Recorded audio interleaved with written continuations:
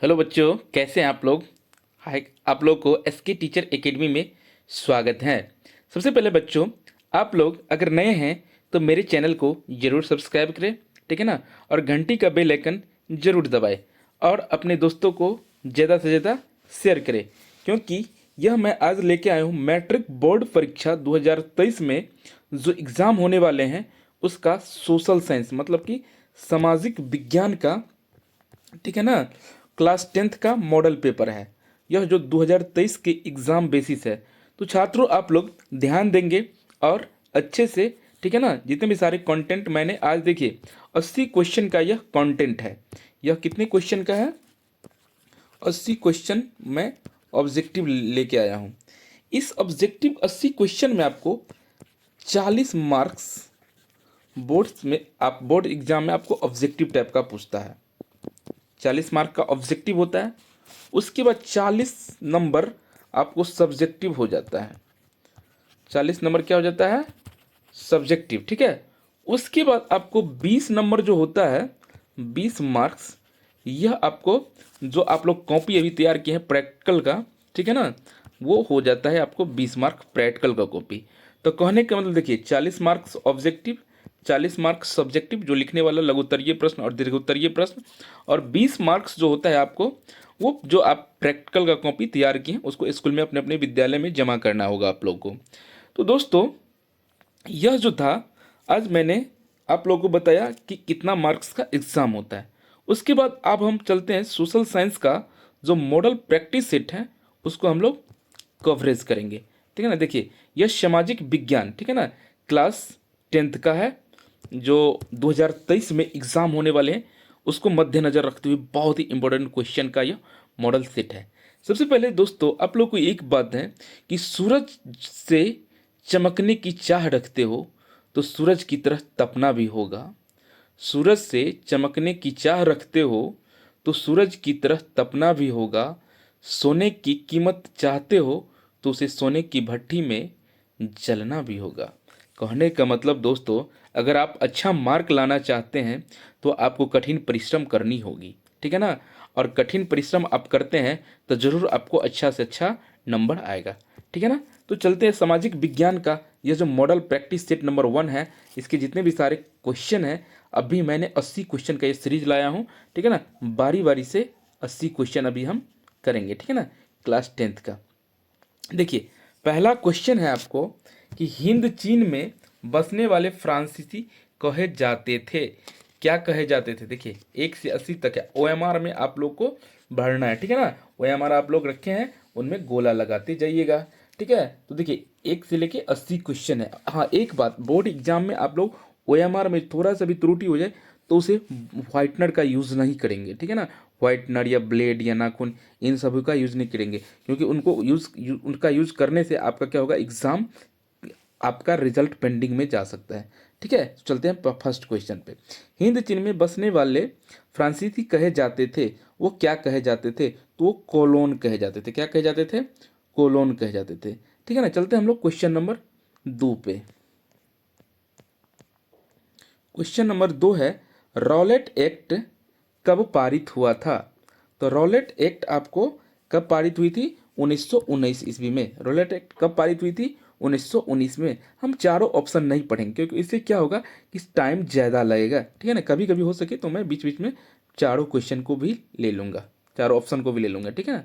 चलते हैं question number 3। Jallianwala Bagh हत्याकांड के विरोध में किसने अपनी नाइटहुड की उपाधि त्याग दिए? तो बताइए जालियांवाला बाग हत्याकांड के विरोध में किसने अपनी नाइटहुड की उपाधि त्याग दिए? क्वेश्चन नंबर 3 है। आप लोग, हाँ, आप लोग से भी मेरा यही उम्मीद है कि आप लोग भी कमेंट में कुछ ना कुछ आंसर अगर आपको आता हो तो आप लोग जरूर लिखें, क्योंकि मैं प्रत्येक व्यक्ति का कमेंट पढ़ता हूँ, ठीक है ना। तो देखिए बताइए आप लोग इसका सही जवाब, क्वेश्चन नंबर 3 का इसका सही जवाब हो जाएगा छात्रों रविंद्रनाथ टैगोर, ठीक है ना। चलते हम लोग क्वेश्चन नंबर 4। जर्मनी के एकीकरण में किसकी भूमिका महत्वपूर्ण थी? गैरीवल्डी की, बिस्मार्क की, काउंट काबूर की या मेजनी की? तो इसका सही आंसर हो जाएगा बिस्मार्क की। किसकी हो जाएगी? बिस्मार्क की। चलते हैं हम लोग क्वेश्चन नंबर 5 पे। 5 नंबर क्वेश्चन है, आर्य समाज की स्थापना किसने की? तो आर्य समाज की स्थापना किए थे स्वामी दयानंद सरस्वती ने। कौन किए थे? स्वामी दयानंद सरस्वती ने। क्वेश्चन नंबर 6, पूर्ण स्वराज की मांग का प्रस्ताव कांग्रेस के किस वार्षिक अधिवेशन में पारित हुआ? तो यह हुआ था छात्रों लाहौर अधिवेशन 1929 में। यह कब पारित हुई थी? लाहौर अधिवेशन 1929 में। चलते हैं हम लोग क्वेश्चन नंबर 7 पे। क्वेश्चन नंबर 7 कह रहा है छात्रों कि भारत में सूती वस्त्र की प्रथम मिल खोली गई थी। सूती वस्त्र का प्रथम मिल भारत में कहाँ खोले गए थे? तो यह खोले गए थे छात्रों बम्बई में। कहाँ खोले गए थे? बम्बई में। चलते हम लोग question number 8, Akhil Bharatiya trade union Congress AITUC के प्रथम अध्यक्ष कौन थे? तो इसके प्रथम अध्यक्ष थे छात्रों लाला लाजपत राय। कौन थे? लाला लाजपत राय। ठीक है ना। चलते हम लोग क्वेश्चन नंबर 9 पे। क्वेश्चन नंबर 9 क्या कह रहा है? देखिए क्वेश्चन नंबर 9 जो आपको कह रहा है कि हिंद चीन क्षेत्र में अंतिम युद्ध की समाप्ति के समय अमेरिकी राष्ट्रपति कौन थे? तो यानी कि हिंद चीन युद्ध का जो समाप्ति हुआ था उस समय अमेरिका का राष्ट्रपति कौन थे? तो उस समय अमेरिका का राष्ट्रपति था जॉर्ज निक्सन। क्या थे? George Nixon. 10वां नंबर क्वेश्चन, विक्टर इमैनुअल ने किसे प्रधानमंत्री नियुक्त किया? विक्टर इमैनुअल ने किसे प्रधानमंत्री नियुक्त किया? तो काउंट काबूर को नियुक्त किया था। किसे नियुक्त किया गया था? काउंट काबूर को। चलते हम लोग क्वेश्चन नंबर 11, रक्त और लौह की नीति का अवलंबन किसने किया? रक्त और लौह की नीति का अवलंबन किसने किया? तो इसका सही आंसर हो जाएगा बिस्मार्क ने। किसने? बिस्मार्क ने। 12वां नंबर क्वेश्चन, नई आर्थिक नीति NEP कब लागू हुई? नई आर्थिक नीति NEP कब लागू हुई? तो इसका सही आंसर हो जाएगा 1921 में। कब लागू हुई? 1921 में। चलते हम लोग क्वेश्चन नंबर 13 पे। क्वेश्चन नंबर 13 छात्रों, इंडियन स्टैट्यूटरी कमीशन का अन्य नाम क्या था? क्या है? Hunter commission, Simon commission, sergeant commission या ली कमीशन। देखिए सभी जगह जो है तो सबको आप 100 बना देंगे। ठीक है ना। सभी जगह क्या कर देंगे? 100 बना देंगे। कमीशन है यहाँ पे। तो इसका सही आंसर हो जाएगा छात्रों साइमन कमीशन। सही आंसर क्या हो जाएगा? Simon commission. चलते हैं हम लोग क्वेश्चन नंबर 14 पे। क्वेश्चन नंबर 14 है छात्रों, ध्यान से देखेंगे, महात्मा गांधी ने किस समाचार पत्र का संपादन किया था? तो महात्मा गांधी ने किया था आपको यंग इंडिया का। किसका किया था? यंग इंडिया का। 15 नंबर क्वेश्चन, गुटेनबर्ग ने सर्वप्रथम किस पुस्तक की छपाई की? तो गुटेनबर्ग ने छात्रों सबसे पहले बाइबिल पुस्तक की छपाई की थी। किसका की थी? बाइबिल पुस्तक का। चलते हम लोग क्वेश्चन नंबर 16 पे। अशोक का अभिलेख किस लिपि में है? तो अशोक का अभिलेख छात्रों किस लिपि में है? वह ब्राह्मणी लिपि में है। किस लिपि में है? ब्राह्मणी लिपि में है। क्वेश्चन नंबर 17, बंगाल विभाजन कब वापस लिया गया था? देखिए क्वेश्चन है यहाँ पे वापस कब लिया गया था बंगाल विभाजन। ठीक है ना। तो 17 नंबर का वापस लिया गया था आपको 1911 में। कब लिया गया था? 1911 में। ठीक है ना। आप लोगों छात्रों पीछे नहीं हटना, जितना जोर लगा लें उतनी आपके लिए बहुत ज़्यादा बेनिफिट होने वाला है, क्योंकि एग्ज़ाम बहुत नज़दीक है 2023, क्योंकि बहुत ही आने वाले ही है। तो उस लिहाजा से देखा जाए तो आप लोग के पास समय बहुत कम है। अभी समय को आपको गंवाना नहीं है। एक एक समय आपके लिए, अभी एक एक मिनट आपके लिए बहुत ही बहुमूल्य है, साबित होने वाले हैं। चलते हम लोग क्वेश्चन नंबर 18 पे। रूस में कब दासत्व समाप्त किया गया? तो यह कब किया गया था छात्रों समाप्त? यह किया गया था 1861 में। ठीक है ना। फिर बार बार हम आप लोग से यही आग्रह करते हैं, आप लोग को अगर जो भी क्वेश्चन आता हो आप लोग उसका आंसर जरूर कमेंट में लिखें, क्योंकि कमेंट में प्रत्येक व्यक्तियों का पढ़ता हूं। ठीक है ना। मुझे भी थोड़ा सुकून मिलता है कि मेरे छात्रों कुछ ना कुछ जवाब दे रहे हैं, तो उनका मेरा बेसब्री से इंतजार भी होता है। तो आप लोगों से भी मेरा यही रिक्वेस्ट है कि आप लोग को जो क्वेश्चन छात्रों आ रहा हो उसका जवाब आप कॉमेंट में जरूर लिखें। ठीक है ना। चलते हैं हम लोग क्वेश्चन नंबर 19 पे। किस सम्मेलन में 1 मई को मजदूर दिवस मनाने का निर्णय लिया गया था? तो किस सम्मेलन में लिया गया था छात्रों? द्वितीय अंतर्राष्ट्रीय सम्मेलन में। किस सम्मेलन में? द्वितीय अंतर्राष्ट्रीय सम्मेलन में। चलिए क्वेश्चन नंबर 20, होची मिन्ह की सरकार थी। होची मिन्ह की सरकार दक्षिणी वियतनाम में, उत्तरी वियतनाम में, पूर्वी वियतनाम में या पश्चिमी वियतनाम में? तो होची मिन्ह की सरकार कहाँ थी छात्रों? आप लोग कमेंट में जरूर बताएं। इसका सरकार थी आपको उत्तरी वियतनाम में। कहाँ थे? उत्तरी वियतनाम में। वार एंड पीस किसने लिखे हैं? Question number 21, war and peace किसने लिखे हैं? तो लियो टॉल्स्टॉय। Leo Tolstoy. अगला क्वेश्चन 22 नंबर क्वेश्चन छात्रों आप लोग ध्यान देंगे, सफल वही होता है जो कठिन परिश्रम करता है। क्वेश्चन नंबर 22, सोवियत संघ का विघटन हुआ था 1991 में, 1992 में, 1989 में, 1990 में। तो सोवियत संघ का विघटन कब हुआ था? 1991 में। पटना को आजिमाबाद नाम किसने दिया? अकबर ने, आजिम उस जान ने, बाबर ने, हुमायूं ने। Question number 23। तो आजिम उस जान ने कौन दिए थे? आजिम उस जान ने। Question number 24। पाटलिपुत्र नगर की स्थापना किसने किया था? तो छात्रों, पाटलिपुत्र नगर की स्थापना इसमें से किसने किया था? तो इनमें से कोई नहीं, क्योंकि इसका स्थापना किए थे उदयन ने। पाटलिपुत्र नगर की स्थापना किसने किए थे? उदयन ने। ठीक है ना? तो इनका सही आंसर क्या हो जाएगा? उदयन। सॉरी छात्रों, इसका पाटलिपुत्र नगर की स्थापना किसने किया था? पाटलिपुत्र है ना, इसका सही हो जाएगा अजातशत्रु। क्या हो जाएगा? अजातशत्रु। चलते हम लोग क्वेश्चन नंबर नेक्स्ट 25 पे। भारत में राष्ट्रीय आय की गणना किस संस्था द्वारा की जाती है? तो भारत में राष्ट्रीय आय की गणना आपको की जाती है केंद्रीय सांख्यिकी संगठन। केंद्रीय सांख्यिकी संगठन। ठीक है ना? क्या हो जाएगा? केंद्रीय सांख्यिकी संगठन। चलते हम लोग क्वेश्चन नंबर 26 पे। क्वेश्चन नंबर 26 है छात्रों, योजना आयोग का गठन कब हुआ था? योजना आयोग का गठन कब हुआ था? ठीक है ना?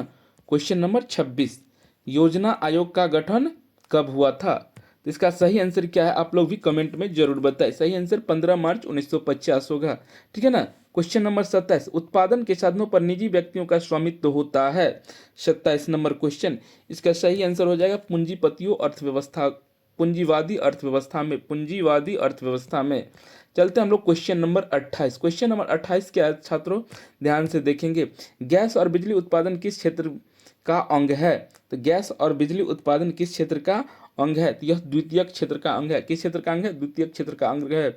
बांग्लादेश की मुद्रा क्या है? बांग्लादेश की मुद्रा टका है। चीन की मुद्रा युआन है। चीन की मुद्रा क्या है? यह हो गया चीन की मुद्रा। रुपया भारत की मुद्रा है। रुपया कहाँ का मुद्रा है? भारत की मुद्रा है। चलते हम लोग क्वेश्चन नंबर नेक्स्ट पे। प्रोमो यूनिस का संबंध किस देश से है? प्रोमो यूनिस का संबंध किस देश से है? तो 30 नंबर का सही आंसर हो जाएगा छात्रों बांग्लादेश। 30 का क्या हो जाएगा सही? बांग्लादेश। चलते हम लोग क्वेश्चन नंबर 31। प्राथमिक कृषि साख समिति कृषकों को किस प्रकार का ऋण प्रदान करती है? तो यह हो जाएगा छात्रों अल्पकालीन ऋण प्रदान करती है। कैसा ऋण प्रदान करती है? अल्पकालीन ऋण प्रदान करती है। 32 नंबर को, जवाहर रोजगार योजना किस वर्ष प्रारंभ हुई? जवाहर रोजगार योजना किस वर्ष प्रारंभ हुई? छात्रों 1989 में प्रारंभ हुई। मनरेगा में एक वर्ष में कितने दिन का रोजगार देने की गारंटी दी जाती है? मनरेगा में एक वर्ष में कितने दिन का रोजगार देने की गारंटी दी जाती है? Question number 33। तो यह होता है छात्रों 100 दिन का। कितने दिनों का? 100 दिन का। चलते हम लोग क्वेश्चन नंबर 34 पे। क्वेश्चन नंबर 34 है, उपभोक्ता संरक्षण के लिए कितने राज्य आयोग हैं? तो उपभोक्ता संरक्षण के लिए छात्रों कितने राज्य आयोग हैं? 35। कितने हैं? 35। ठीक है ना? चलते हैं हम लोग क्वेश्चन नंबर 35 पे। प्रोपीसी महालनोबिस की अध्यक्षता में किस समिति का गठन किया गया? तो प्रोपीसी महालनोबिस की अध्यक्षता में राष्ट्रीय आय समिति का गठन किया गया। किस समिति का गठन किया गया? राष्ट्रीय आय समिति का गठन किया गया। चलते हम लोग क्वेश्चन नंबर 36 पे। क्वेश्चन नंबर 36 है छात्रों, ध्यान से पढ़ेंगे। उपभोग व्यय और बचत का योग कहलाता है। तो यह क्या कहलाता है छात्रों? आय कहलाता है। क्या कहलाता है? आय कहलाता है। निम्न में कौन आर्थिक क्रिया का चक्रीय प्रवाह है? निम्न में कौन आर्थिक क्रिया का चक्रीय प्रवाह है? इनमें से सभी हो जाएगा छात्रों। उत्पादन, व्यय, आय, तीनों हो जाएगा। ठीक है ना? चलते हम लोग क्वेश्चन नंबर 38 पे। 38 नंबर क्वेश्चन कहा गया है कि भारत में सर्वप्रथम राष्ट्रीय आय का अनुमान कब लगाया गया? भारत में सर्वप्रथम राष्ट्रीय आय का अनुमान कब लगाया गया? तो 38 नंबर क्वेश्चन है छात्रों। आप लोग भी अगर आता हो तो आप लोग इसका सही जवाब कमेंट में जरूर लिखिएगा। इसका सही जवाब हो जाएगा छात्रों 1868 ईस्वी में। निम्न में से कौन सहकारिता का मूलभूत तत्व नहीं है? 39 नंबर क्वेश्चन। तो 39 का सही जवाब हो जाएगा छात्रों अनिवार्य सदस्यता। क्या हो जाएगा? अनिवार्य सदस्यता। चलते हम लोग 40 नंबर क्वेश्चन पे।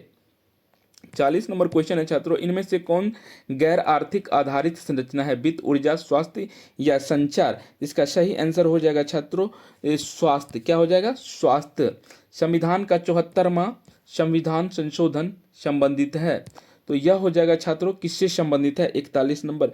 यह नगरीय शासन व्यवस्था से संबंधित है। किससे संबंधित है? नगरीय शासन व्यवस्था से संबंधित है। चलते हम लोग क्वेश्चन नंबर 42। क्वेश्चन नंबर 42 क्या कह रहा है छात्रों? ध्यान से देखेंगे।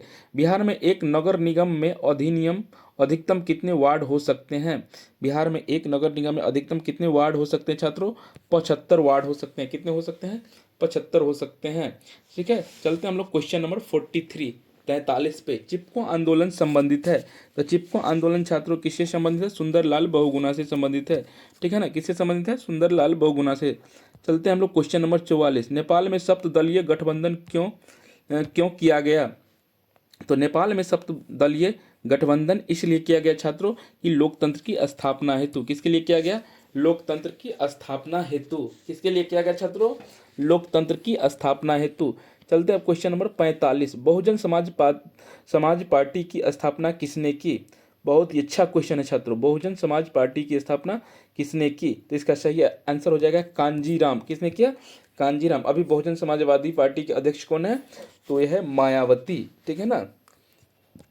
चलते हैं हम लोग क्वेश्चन नंबर नेक्स्ट पे। क्वेश्चन नंबर 46 क्या कह रहा है? देखिए, दल बदल कानून लागू होता है संसद एवं विधायकों पर, राष्ट्रपति पर, उपराष्ट्रपति पर, इनमें से सभी पर। तो दल बदल कानून किस पे लागू होता है छात्रों? यह सांसद एवं विधायकों पर लागू होते हैं। कब किस पे लागू होते हैं? सांसद एवं विधायकों पर लागू होते हैं। चलते हैं हम लोग क्वेश्चन नंबर 47। झारखंड बिहार से कब पृथक हुआ? तो झारखंड बिहार से छात्रों यह कब पृथक हुआ था? 15 नवंबर 2000 को। कब हुआ था पृथक? 15 नवंबर 2000 को। पृथक मतलब होता है अलग होना। कब हुआ था?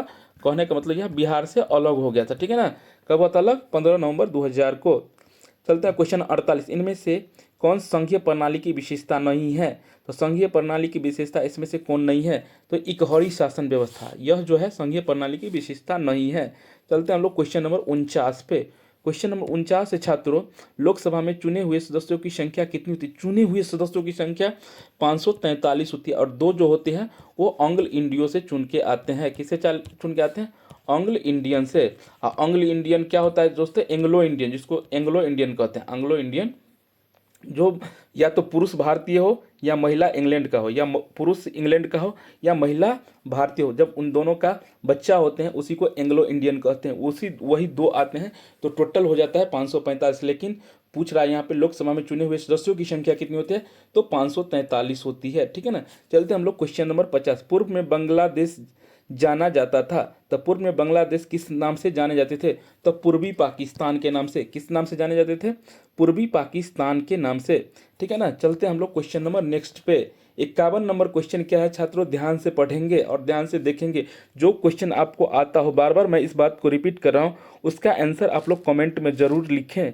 ठीक है ना। और इसके बाद जब आप लोग सामाजिक विज्ञान का मॉडल प्रैक्टिस सेट हो जाता है, तो आप लोग का इच्छा जो सब्जेक्ट का मॉडल प्रैक्टिस सेट चाहिए वो कमेंट में जरूर लिखिएगा। मैं उसका मॉडल पेपर जरूर लाऊंगा छात्रों। ठीक है ना। क्वेश्चन नंबर 51 है छात्रों, वेस्ट इंडीज संघ की स्थापना हुई थी 1973 में, 1965 में, 1960 में या 1958 में? तो वेस्ट इंडीज संघ की स्थापना कब हुई थी छात्रों? 1958 में हुई थी। कब हुई थी? 1958 में। इंडिका के लेखक कौन है? इंडिका के लेखक कौन है? 52 नंबर क्वेश्चन। इसका सही आंसर हो जाएगा, इंडिका के लेखक है मेगास्थनीज। कौन है? मेगास्थनीज। ठीक है ना। उसके बाद चलते हैं हम लोग क्वेश्चन नंबर 53 पे। विश्व का सबसे बड़ा लोकतांत्रिक देश कौन सा है? विश्व का सबसे बड़ा लोकतांत्रिक देश है आपको छात्रों भारत। आंग सान सू की किस देश के नागरिक हैं? आंग सान सू की किस देश के नागरिक हैं? तो वो है म्यांमार के। ठीक है ना। Question number 55। क्षेत्रवाद की भावना का कुपरिणाम क्या है? क्षेत्रवाद की भावना का कुपरिणाम क्या है? तो यह अलगाववाद है। दुधवा राष्ट्रीय उद्यान कहाँ है छात्रों? 56 नंबर क्वेश्चन। दुधवा राष्ट्रीय उद्यान कहाँ है? तो यह उत्तर प्रदेश में है। ठीक है ना। चलते हैं हम लोग क्वेश्चन नंबर नेक्स्ट पे। 57 नंबर क्वेश्चन। 57, भारत की प्रथम राष्ट्रीय जल नीति कब अपनाई गई? ठीक है ना। तो यह अपनाई गई थी छात्रों सितंबर 1987 को। ठीक है ना। 58, विश्व में सर्वाधिक वातावरण वाला देश कौन सा है? 58 नंबर क्वेश्चन। इसका सही आंसर हो जाएगा रूस। 59 चलते हैं, किस मृदा में ह्यूमस की मात्रा नगण्य होती है, मतलब कम होती है? तो इसका सही आंसर हो जाएगा छात्रों लेटराइट मृदा। भारत का सबसे बड़ा खनिज तेल उत्पादक क्षेत्र कौन सा है? तो भारत का सबसे बड़ा खनिज उत्पादक क्षेत्र है छात्रों डिगबोई। कौन है? डिगबोई। इनमें से कौन सा रोपण फसल है? तो रोपण फसल कौन सा है? कमेंट में आप लोग भी जरूर बताते रहिएगा। इसका सही आंसर हो जाएगा इनमें से सभी। चाय, रबर, गन्ना सभी को रोपा जाता है। ठीक है ना। जीवन रेखा रेल कब चलाई गई थी? 62 नंबर का आप लोग को बताइए आंसर। इसका सही आंसर हो जाएगा 1991 ईस्वी। चलते हम लोग 63 नंबर है। कांवड़ झील छात्रों कहाँ है? तो यह कांवड़ झील बिहार के बेगूसराय में है। किस राज्य में संयुक्त वन प्रबंधन का पहला प्रस्ताव पारित किया गया? तो यह छात्रों क्या हो जाएगा? इसका आंसर आप लोग भी बताते रहिएगा। इसका सही आंसर हो जाएगा उड़ीसा। चलते हम लोग क्वेश्चन नंबर 65 पे। इनमें से कौन अकार्बनिक खनिज है? तो अकार्बनिक खनिज कौन है छात्रों? इसका सही आंसर हो जाएगा अभ्रक। चलते हम लोग क्वेश्चन नंबर 66 पे। भारत में किस राज्य में सर्वाधिक मैंग्रोव वन है? तो सर्वाधिक मैंग्रोव वन छात्रों किस राज्य में है? यह है आपको पश्चिम बंगाल में। चलते हम लोग क्वेश्चन नंबर 67 पे। कौन कोयला घटिया किस्म का है? देखिए कोयला 4 होते हैं, एंथ्रासाइट, बिटुमिनस, लिग्नाइट और पीट। तो सबसे घटिया कोयला कहा जाता है छात्रों आपको पीट कोयला को। भारत में चाय की कृषि कहाँ शुरू हुई थी? भारत में चाय की कृषि कहाँ शुरू हुई थी? यह असम में शुरू हुई थी। कहाँ हुई थी शुरू? असम में। चलते हैं क्वेश्चन नंबर 69 पे। पाइराइट किस प्रकार का खनिज है? पाइराइट किस प्रकार का खनिज है? तो अधात्विक खनिज है। किस प्रकार का खनिज है? अधात्विक खनिज है। भारत का पहला परमाणु शक्ति संयंत्र कौन है? भारत का पहला परमाणु शक्ति संयंत्र कौन है छात्रों? तो यह है आपको तारापुर। यह कौन है? तारापुर। चलते हैं हम लोग क्वेश्चन नंबर 71 पे। 71 नंबर क्वेश्चन है छात्रों, कोडरमा का संबंध किस खनिज क्षेत्र से है? कोडरमा का संबंध किस खनिज क्षेत्र से है? तो यह अभ्रक से है। किससे? अभ्रक से है। किस देश ने ओपेक की सदस्यता त्याग दी है? सऊदी अरब, ईरान, इराक, कतर। इसका सही आंसर क्या हो जाएगा छात्रों? कतर। चलते क्वेश्चन नंबर 73 पे। 73 नंबर क्वेश्चन है छात्रों, आप लोग ध्यान से देखेंगे। इनमें कौन जूट का अग्रणी उत्पादक है? मतलब जूट के उत्पादन में सबसे प्रथम स्थान पे इसमें कौन सा देश आते हैं? तो इसमें भारत आते हैं। कौन सा देश आते हैं? भारत आते हैं। चलते क्वेश्चन नंबर 74। आसवन बांध किस नदी से संबंधित है? आसवन बांध किस नदी से संबंधित है छात्रों? आप लोग भी बताते रहिए कमेंट में। तो इसका सही आंसर हो जाएगा नील नदी से। ठीक है ना। इनमें से कौन प्राकृतिक आपदा नहीं है? क्वेश्चन नंबर 75 नंबर क्वेश्चन, इनमें से कौन प्राकृतिक आपदा नहीं, जो प्राकृतिक के द्वारा नहीं आता है उसको क्या कहते हैं? कि बाढ़ भी प्राकृतिक से आता है, सुनामी भी आती है, भूकंप भी आते हैं, लेकिन आतंकवाद प्राकृतिक से नहीं आते हैं। ठीक है ना। चलते हम लोग क्वेश्चन नंबर 76। विनाशकारी भूकंप से बिहार के किस वर्ष प्रभावित हुई थी? बिहार किस वर्ष विनाशकारी भूकंप से प्रभावित हुआ था? तो इसका सही आंसर क्या हो जाएगा छात्रों? 76 का डी। 1934 में बिहार में भयंकर भूकंप आए थे। ठीक है ना। उसके बाद चलते हैं हम लोग 77 नंबर क्वेश्चन पे। 77 नंबर क्वेश्चन है, बाढ़ के समय कौन सा स्थान सुरक्षित है? तो जब बाढ़ आ जाए तो कौन से स्थान पे जाने से हम लोग बच सकते हैं? तो ऊंची भूमि पे। कहाँ जाना चाहिए? ऊंची भूमि पे। भूस्खलन से क्या अभिप्राय है? भूस्खलन से क्या अभिप्राय है? ठीक है ना। तो क्वेश्चन नंबर कितना है? Question number 78। भूस्खलन से क्या अभिप्राय है? चलिए बताइए, आप लोग भी जवाब इसका जरूर बताइए। तो इनमें से सभी हो जाएगा। मलबों का खिसकना, चट्टानों का गिरना, चट्टानों का खिसकना। ठीक है ना। Question number 79। आकस्मिक प्रबंधन का प्रमुख घटक है? स्थानीय प्रशासन, स्वयंसेवी संगठन, स्थानीय लोग, इनमें से सभी। तो 79 का क्या हो जाएगा आंसर छात्रों? इनमें से सभी। ठीक है ना। इनमें से सभी। चलते हम लोग क्वेश्चन नंबर लास्ट है 80 नंबर क्वेश्चन। 80 नंबर लाए थे और 20 नंबर आपको पहले बता दिए हैं प्रैक्टिकल होता है। ठीक है ना। तो 80 में 40 ऑब्जेक्टिव आता है और 40 नंबर आपको सब्जेक्टिव आता है। 80 नंबर क्वेश्चन है, भूकंप संभावित क्षेत्रों में भवनों की आकृति कैसी होनी चाहिए? जहाँ पे भूकंप आता है वहाँ पे भवन की आकृति कैसा होना चाहिए? तो आयताकार होना चाहिए। कैसा होना चाहिए? आयताकार होना चाहिए। ठीक है ना। दोस्तों कहते हैं लोग कमियां निकालते रह जाते हैं, लोग कमियां निकालते रह जाते हैं, सफल लोग किसी की न सुनकर सफलता की सीढ़ी चढ़ते जाते हैं। अगर आपको अपनी मंजिल हासिल करना है तो दुनिया कुछ भी बोले उसे आपको सुनना नहीं है। आप अपने कामों में हमेशा लगे रहें। आपको हमेशा मैं वादा और विश्वास के साथ कहना चाहता हूं कि आप लोग जरूर कामयाब होंगे। ठीक है ना दोस्तों। और मैं आप लोग से यह विश्वास दिलाना चाहता हूं कि जितने भी सारे मॉडल प्रैक्टिस सेट हैं 2023 में एग्ज़ाम होने वाले हैं आप लोग को, उनका मैं एक एक करके प्रैक्टिस सेट करवाने वाला हूं छात्रों। आप लोग ध्यान से मेरे चैनल को सब्सक्राइब करें। ठीक है ना। फॉलो करें और जितना से जितना ज़्यादा हो सके अपने मित्र बंधु बांधवों को शेयर करें। बाय बाय दोस्तों।